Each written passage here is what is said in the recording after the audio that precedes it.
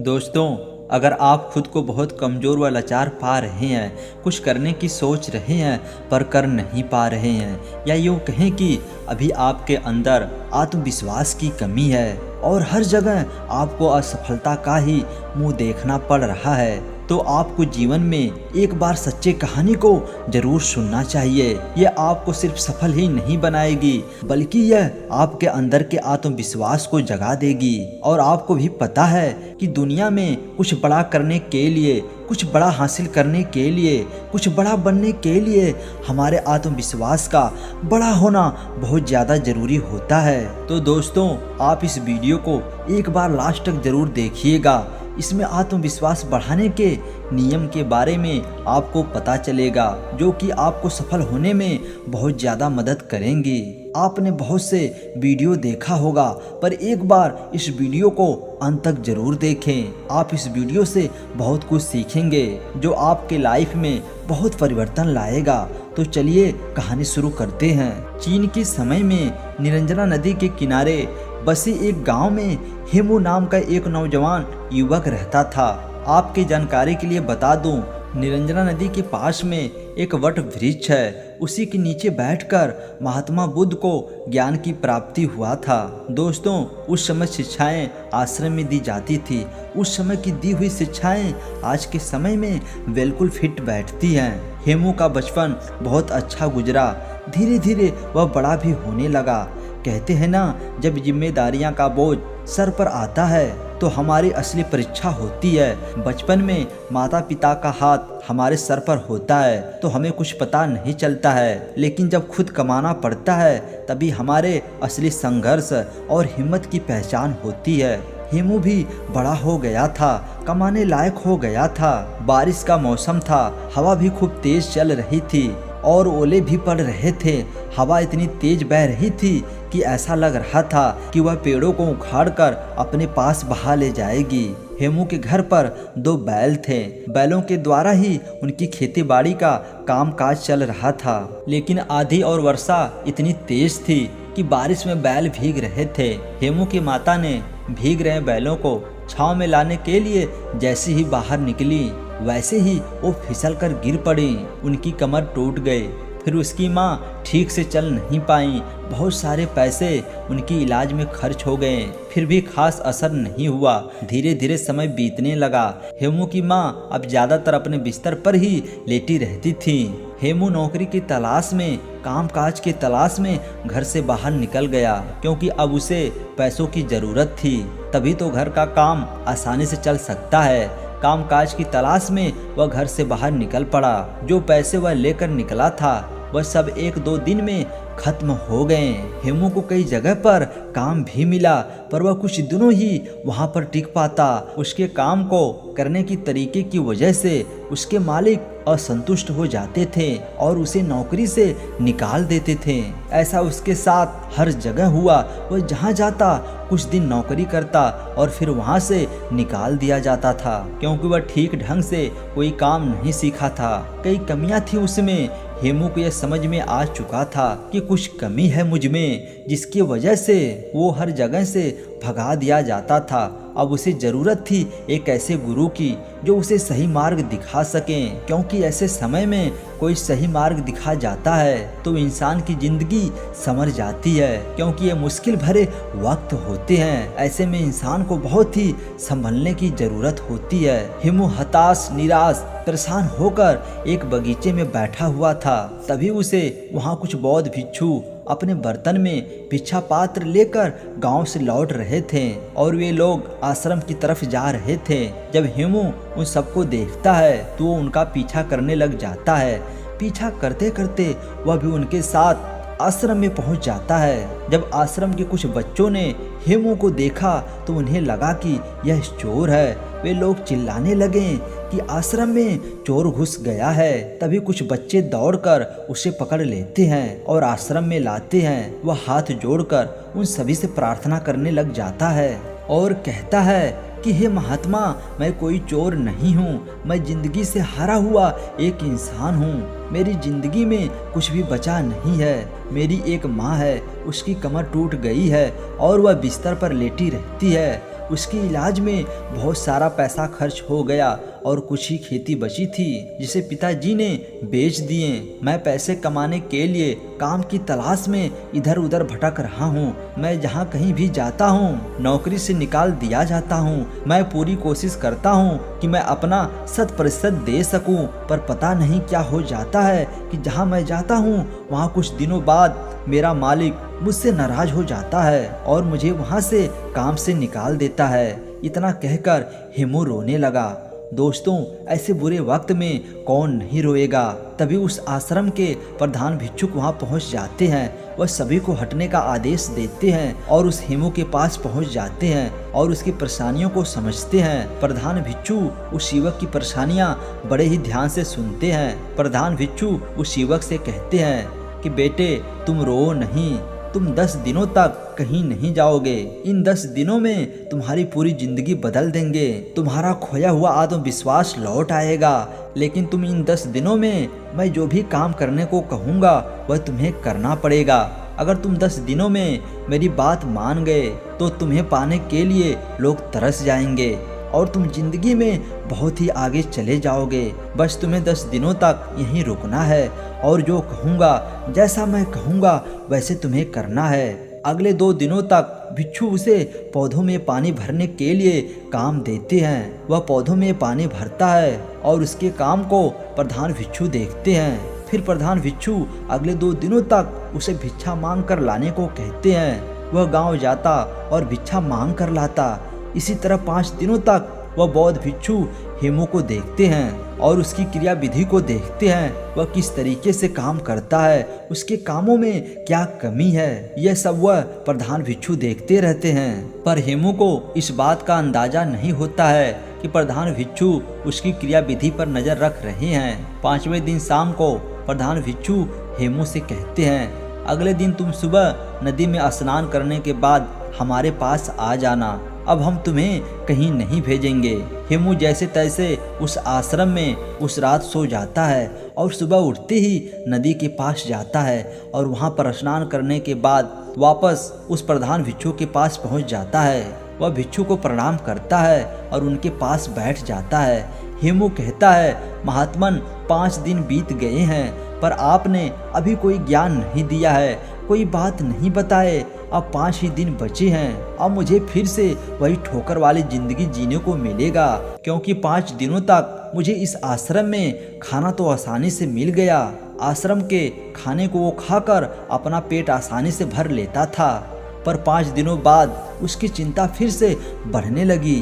गुरु, जो उसके चेहरे पर चिंता का भाव था, उसको आसानी से पढ़ लेते हैं और कहते हैं कि हेमू, हम इन 5 दिनों में तुम्हारी गलतियों को देखा है। क्यों लोग तुम्हें भगा दे रहे हैं, क्यों तुम्हें कोई नौकरी पर नहीं रख रहा है और तुम क्यों हर जगह असफल होते जा रहे हो, यह सब अब मुझे पता चल गया है। अब मैं तुम्हें 7 ऐसे तरीके बता रहा हूँ जो तुम्हारी कमियों को दूर करने के साथ साथ तुम्हारे अंदर के आत्मविश्वास को बढ़ा देगा। वह बौद्ध भिक्षु हेमू से कहते हैं कि तुम्हारे अंदर आत्मविश्वास को बढ़ाने वाला पहला तरीका है, पहले छोटे छोटे कामों को करो और सबसे पहले उन्हीं छोटे छोटे कामों को करने का लक्ष्य बनाओ। अगर तुम पहले छोटे छोटे कामों को करोगे तो तुम्हें छोटे कामों को करने का अनुभव प्राप्त हो जाएगा और तुम्हारा आत्मविश्वास भी धीरे धीरे बढ़ने लगेगा, क्योंकि तुम छोटे छोटे कामों को करना सीख लिए हो और उन कामों से जो तुम्हें सीख मिली है वह तुम्हें जिंदगी में बहुत आगे ले जाएगी। अगर बड़ा काम करना है तो पहले छोटे छोटे कामों को करना सीखो, या यह भी कह सकते हैं कि बड़ा लक्ष्य हासिल करने के लिए हमें छोटी छोटी चीज़ों पर ध्यान देना बहुत ज़्यादा ज़रूरी होता है। अगर तुम शुरू में ही बड़े काम करने लगोगे तो तुम्हारे पास कोई अनुभव नहीं रहेगा, और जब तुम्हारे पास कोई अनुभव ही नहीं रहेगा तो तुम उस काम को बहुत अच्छे तरीके से नहीं कर पाओगे और तुम्हें उस कार्य में असफलता जरूर मिलेगी। यही वजह रही कि तुम जहाँ भी जा रहे थे तुम बड़े काम की तलाश कर रहे थे, जबकि तुम्हें छोटे काम करने आता ही नहीं, और जब तुम्हें छोटे काम करने ही नहीं आता तो तुम बड़े कामों को कैसे कर पाओगे। यही वजह रही कि लोग तुम्हें अपने घर से निकाल देते थे, लोग तुम्हें काम से निकाल देते थे, इसलिए तुम जिंदगी में हर छोटे छोटे कामों पर ध्यान दोगे, हर छोटी छोटी बातों पर ध्यान दोगे, अपनी छोटी छोटी गलतियों को पहचान लोगे, तो तुम्हारे अंदर का आत्मविश्वास बढ़ने लगेगा और फिर जा कर के तभी तुम अपने लक्ष्य को पूरा कर पाओगे। जब तुम्हें छोटे कामों को करने का अनुभव प्राप्त हो जाएगा तो तुम्हारे अंदर का आत्मविश्वास धीरे धीरे जागने लगेगा और वो आत्मविश्वास इतना बढ़ जाएगा कि तुम बड़े कामों को बड़े ही आसानी से कर लोगे। आत्मविश्वास बढ़ाने वाले तरीकों के बारे में बात करते हुए महात्मा दूसरा तरीका बताते हुए कहते हैं, अभ्यास करने की आदत डालो। जब तुम कोई काम करना चाह रहे हो, चाहे वह काम कोई भी हो, तो पहले उसके बारे में अच्छी जानकारी लो और जब तुम्हें उस काम के बारे में पर्याप्त जानकारी मिल जाए तो तुम उस काम को करना शुरू करो। बिना जानकारी लिए तुम उस काम को करोगे तो समय भी नष्ट होगा और तुम उस कार्य को पूरा भी नहीं कर पाओगे। इसलिए जब तुम कोई भी काम करने जा रहे हो तो पहले उसके बारे में जानकारी लो। जब तुम्हें उसके बारे में जानकारी मिल जाए तब तुम उस काम को करना शुरू करो। एक दिन करोगे, 2 दिन करोगे तो तुमसे वह काम उतना अच्छा नहीं होगा, लेकिन तुम दिन प्रतिदिन उसका अभ्यास करते रहे तो एक दिन तुम उस काम को बहुत अच्छे तरीके से कर पाओगे और अच्छे तरीके से सीख भी लोगे। इसलिए जीवन में आत्मविश्वास बढ़ाने के लिए अभ्यास करना बहुत ज़्यादा जरूरी होता है। मान लो तुम्हें तलवारबाजी सीखना है तो पहले उस तलवारबाजी के बारे में अच्छे से जानकारी लो। जब तुम्हें तलवारबाजी और तलवार के बारे में अच्छे से जानकारी मिल जाएगी फिर तुम उसके बाद अभ्यास करो। जब तुम खुद उस पर अभ्यास करोगे तो तुम उस काम में निपुण हो जाओगे और फिर तुम्हारे अंदर का आत्मविश्वास धीरे धीरे बढ़ने लगेगा। वह तुम्हें बताने लगेगा कि तुम यह काम कर सकते हो। इसलिए अपने जीवन में आत्मविश्वास को बढ़ाना है, सफलता पानी है तो अभ्यास करना बहुत ज़्यादा जरूरी होता है। तुम जितना ज़्यादा अभ्यास करोगे तुम उतनी ही गलतियाँ कम करोगे। जो इंसान जितना कम अभ्यास करता है उससे गलतियाँ उतनी ही ज़्यादा होती है। अभ्यास ही तुम्हारी कमजोरी को दूर करता है। एक अच्छा सेनापति अपनी युद्ध कला पर बहुत ही अभ्यास करता है, तब जाकर वह एक अच्छा सेनापति बनता है। एक अच्छा योद्धा वो तभी जाकर कहलाता है। फिर प्रधान भिक्षु तीसरा तरीका बताते हुए कहते हैं, खुद को जानने का प्रयास करो। खुद की कमजोरी व ताकत के बारे में तुम जानने का प्रयास करो। अगर तुम्हें अपनी कमजोरी के बारे में पता है तो निश्चय ही तुम जो भी कर रहे हो उस काम को बहुत ही अच्छे तरीके से कर सकते हो। और अगर तुम्हें अपनी मजबूती पता है तो भी तुम बहुत ही अच्छा कर सकते हो। मान लो तुम्हें राजा के सेनापति में भर्ती होना है, तुमने जो युद्ध कला सीखी है उस पर अभ्यास ही नहीं किया है। अगर तुम्हें अपनी कमजोरी भी नहीं पता है तो तुम्हारा विरोधी तलवार वाले तलवारबाजी में तुम्हें हरा सकता है। लेकिन अगर तुम्हें अपनी कमजोरी पता है तो तुम सामने वालों को मौका नहीं दोगे। इसलिए खुद की कमजोरियों को समझने का प्रयास करो और उस पर कई बार अभ्यास करो ताकि सामने वाला तुमको कभी हरा ना पाए। बौद्ध भिक्षु हेमू से कहते हैं कि तुम काम करने जाते थे लेकिन तुम्हें अपनी कमजोरी के बारे में नहीं पता था, जिससे तुम्हारा मालिक बड़े जल्दी ही तुम्हारे कमजोरियों को पकड़ लेता था। और जब किसी को तुम्हारी कमजोरी पकड़ में आ जाएगी तो वहीं से तुम्हारी उल्टी गिनती शुरू हो जाएगी। इसलिए अपनी कमजोरी को जानने का प्रयास करो और जब तुम्हें अपने कमजोरी के बारे में पता चल जाएगा तो फिर तुम्हें कोई परास्त नहीं कर पाएगा। महात्मा आत्मविश्वास बढ़ाने का चौथा तरीका बताते हुए कहते हैं कि तुमने अभ्यास करना सीख लिया, अपनी कमजोरी को भी जान लिया, लेकिन तुम्हें अपने आप पर नियंत्रण नहीं है तो इन सब का कोई मतलब नहीं रहेगा। इसलिए अपने आप को नियंत्रण में लाने के लिए सबसे पहले मन को नियंत्रित करो। जब तुम्हारा मन नियंत्रित हो जाएगा तब तुम अपने कार्य पर बहुत ही ज़्यादा ध्यान दे पाओगे और जब तुम अपने कार्य पर ध्यान देने लगोगे तो गलती होने की गुंजाइश बहुत ही कम होने लगेगी। इसलिए मन को नियंत्रित करना बहुत ही ज़्यादा जरूरी होता है। बौद्ध भिक्षु 5वां नियम के बारे में बताते हुए हेमू से कहते हैं, खुद का सम्मान और लोगों का भी सम्मान करना सीखो।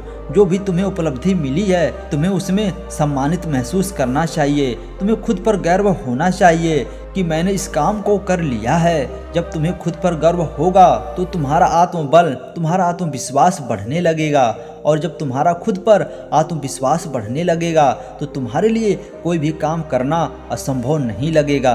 इसलिए अगर तुम्हें अपने आत्मविश्वास को बढ़ाना है तो तुम्हें अपने छोटे छोटे उपलब्धियों से सम्मानित महसूस करो, क्योंकि जब तुम खुद को सम्मानित महसूस करते हो तो तुम्हारे अंदर का हार्मोन्स बदलता है, तो तुम्हारे विचार अच्छे होने लगेंगे और जब विचार तुम्हारे अच्छे होंगे तो तुम्हारे कार्य अपने आप सही होने लगेंगे, तुम्हारा आत्मविश्वास भी बढ़ने लगेगा। प्रधान भिक्षु आत्मविश्वास बढ़ाने के छठे तरीके के बारे में बताते हुए कहते हैं, अपने लिए समय जरूर निकालो। जिंदगी में तुम कितना ही व्यस्त क्यों ना हो, लेकिन अगर तुम अपने लिए समय नहीं निकाल रहे हो तो तुम्हारा सब कुछ किया हुआ व्यर्थ है, क्योंकि जब तुम खुद के साथ अकेले में समय बिताओगे तो तुम खुद को जानने का प्रयास करोगे। तुम दिन भर के गलतियों के बारे में अकेले में सोचोगे कि आज हमारे साथ क्या अच्छा हुआ है और क्या बुरा हुआ है, क्या चीज़ों को मैं और अच्छा से कर सकता था जो मेरे से नहीं हुआ। जब तुम खुद के साथ अकेले में समय बिताओगे तो तुम्हें यह सब बातें अपने आप पता चल जाएगी। इसलिए दिन में एक बार अपने लिए समय जरूर निकालें, अपने शरीर के बारे में सोचें, अपने बारे में अच्छे विचार लाएं, और जब तुम्हारे विचार अच्छे होंगे, अपने बारे में अच्छा सोचेंगे, तुम्हारा आत्मविश्वास अपने आप बढ़ने लगेगा। प्रधान भिक्षुक आगे कहते हैं, समय को बर्बाद ना होने दो, तुम्हारा समय बहुत ही कीमती है। प्रधान भिक्षुक आगे कहते हैं कि समय को कभी भी बर्बाद मत होने दो, क्योंकि समय बहुत कीमती है। ऐसे ही तुम अपने समय को बर्बाद ना करना, फालतू लोगों के साथ अपने समय को बर्बाद मत करो, क्योंकि वह समय लौटकर दोबारा कभी नहीं आता। जो लोग समय को बर्बाद करते हैं उन्हें बाद में बहुत ही पश्चाताप देखने को मिलता है। यदि तुम हर कार्य को सही समय पर करते हो तो तुम्हें किसी भी चीज का भय नहीं रहेगा, तुम्हें किसी बात की चिंता भी नहीं सताएगी कि मैं यह कार्य अभी नहीं कर पाया हूँ। जब तुम हर कार्य को सही समय पर करोगे, अपने समय का सदुपयोग करोगे, तो तुम्हारा आत्मबल, तुम्हारा आत्मविश्वास अपने आप जागने लगेगा। जो इंसान समय को जितना ज़्यादा बर्बाद करता है, समय भी बाद में उसे उतना ही बर्बाद कर देता है। इसलिए समय की कीमत को समझो और उसको बर्बाद ना करो। प्रधान भिक्षु आत्मविश्वास बढ़ाने के 7वें तरीके के बारे में बताते हुए कहते हैं, अपने शरीर का ख्याल रखो। अगर तुम्हारा स्वास्थ्य ठीक है तो ही तुम जिंदगी में कुछ कर सकते हो। तुम लाख तैयारी किए हो, कितना भी अभ्यास किए हो, लेकिन अगर तुम्हारा स्वास्थ्य ठीक नहीं है तो तुम कुछ भी नहीं कर पाओगे।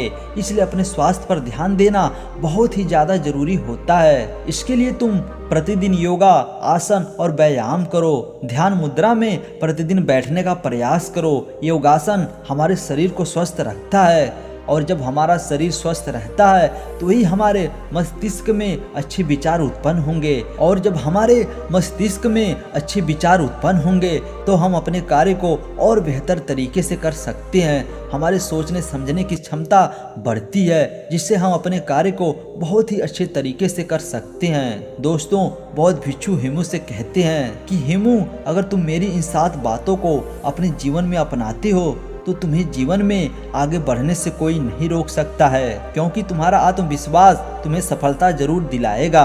प्रधान भिक्षुक हेमू से कहते हैं कि हेमू, तुम मेरे पास यहीं 15 दिन और बिताओ, उसका पहले अभ्यास करो, फिर मैं तुम्हें राजा के यहाँ भेजता हूँ। 15 दिन बाद हेमू को राजा के यहाँ भेजते हैं। राजा हेमू के कार्यशैली को देखकर बहुत ही प्रभावित होता है और वह उसे अपनी सेना में सम्मिलित कर लेता है, जिससे उसका जीवन बहुत ही अच्छे तरीके से बीतने लग जाता है। दोस्तों, उम्मीद करता हूँ कि आपको इस वीडियो से बहुत कुछ सीखने को मिला होगा। अतः चैनल को एक लाइक और सब्सक्राइब करना ना भूलें। धन्यवाद।